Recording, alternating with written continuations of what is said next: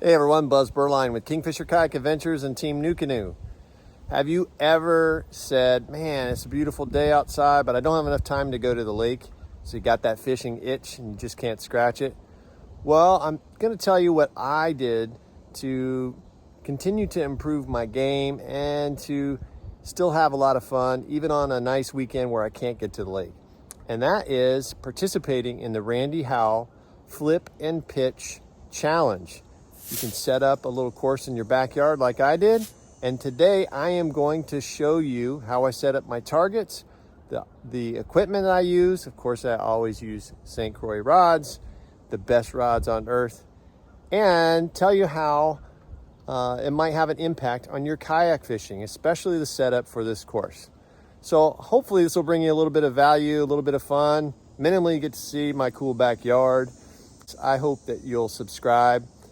Please hit the thumbs up button, get notifications, all that jazz.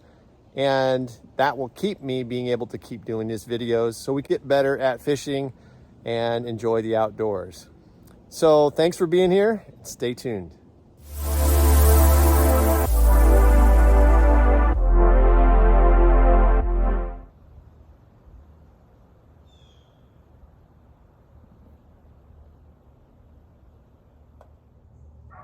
Well, if you can't be chilling on the lake, it's really great to be in the backyard on a beautiful fall day like it is today.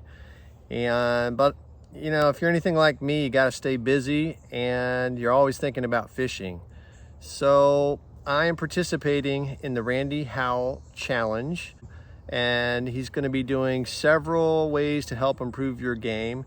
I love Randy Howell. I've met him a few times at ICAST and other things. I think he's a superhuman being, a great champion, and really has a wonderful heart. He's a student of the game as well, and constantly likes to be learning and teaching others.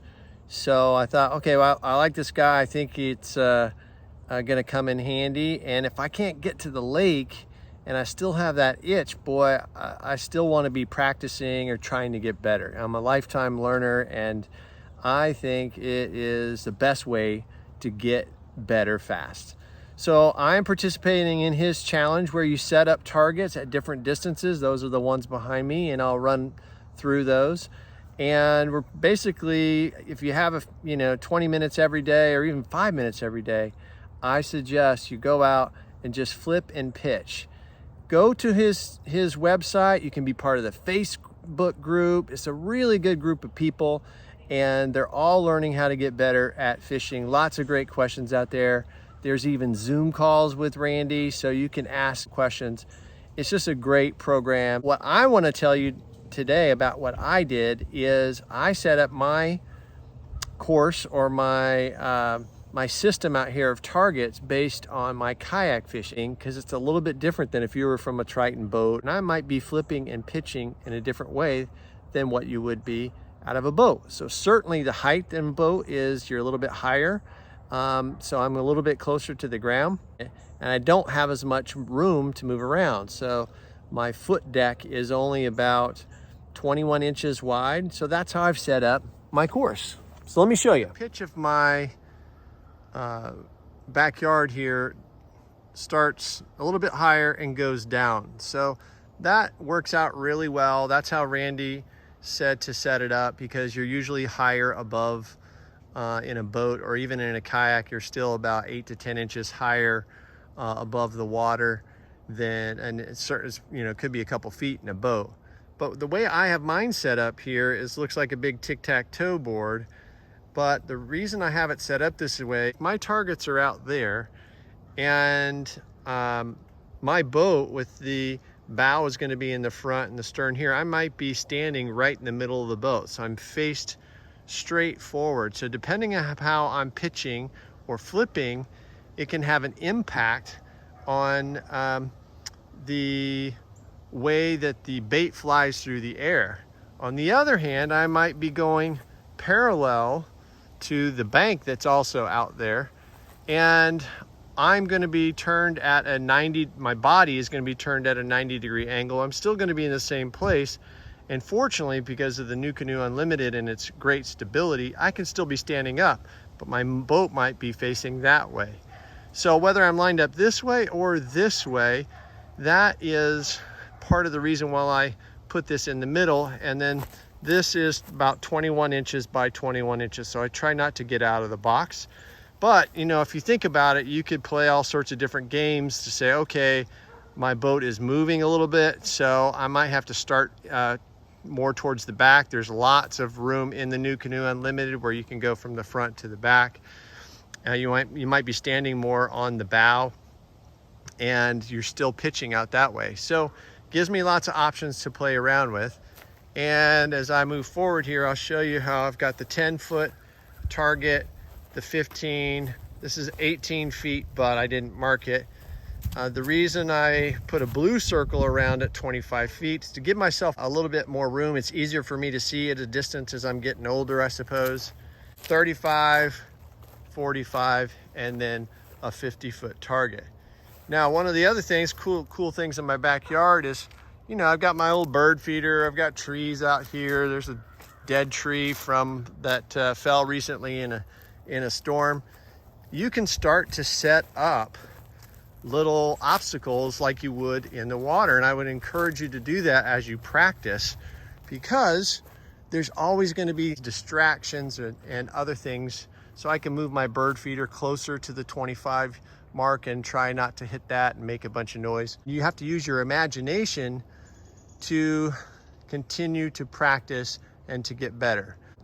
So this is about challenge. So set up an obstacle. The chair that I was just using a little while ago, I've got it over the 15-foot target. And now I have to get the lure underneath it. So just think about tree limbs hanging over close to the shoreline. You don't want to hit all that or get caught up in it. So this is great practice. Make it a little more difficult on yourself in practice, so it can be really easy and you don't even have to think through it when you're out there on the water. Something else to consider is fishing out of a boat and a kayak is a different type of experience. Of course, use a 7/6 flipping rod that is heavy power, fast action. That's pretty classic and great advice that Randy gave. But if you're shorter or taller, he talked about that in one of the videos, that you might have to change the length of your rod or sometimes even the power of your rod.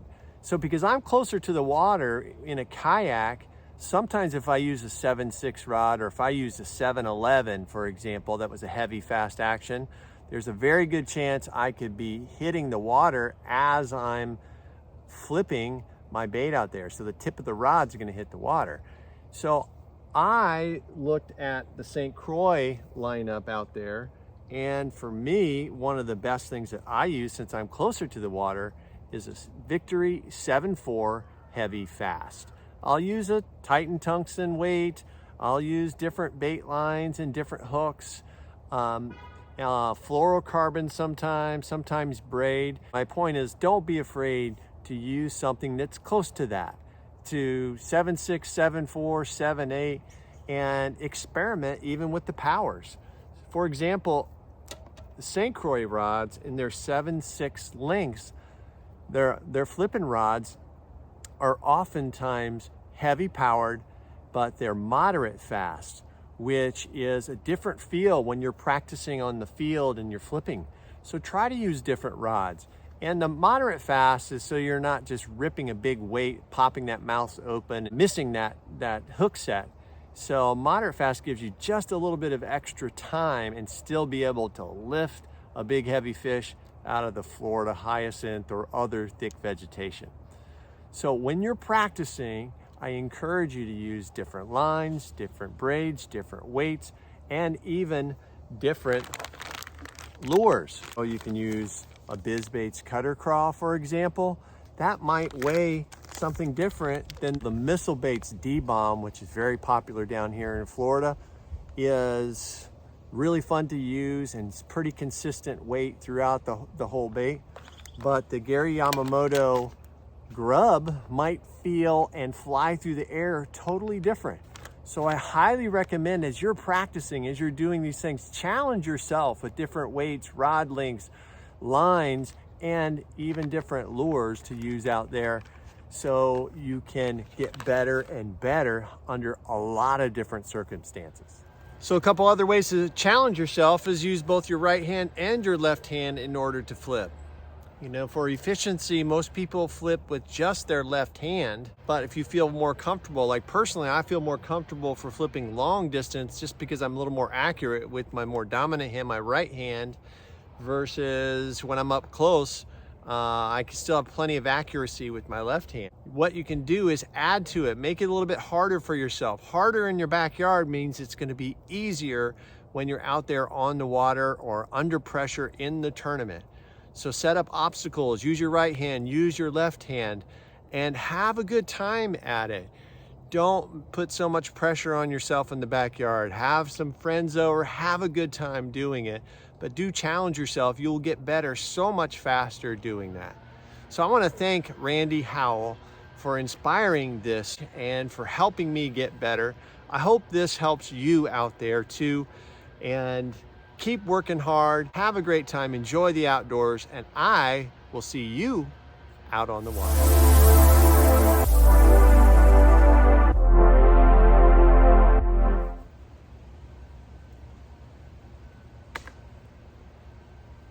Whoops.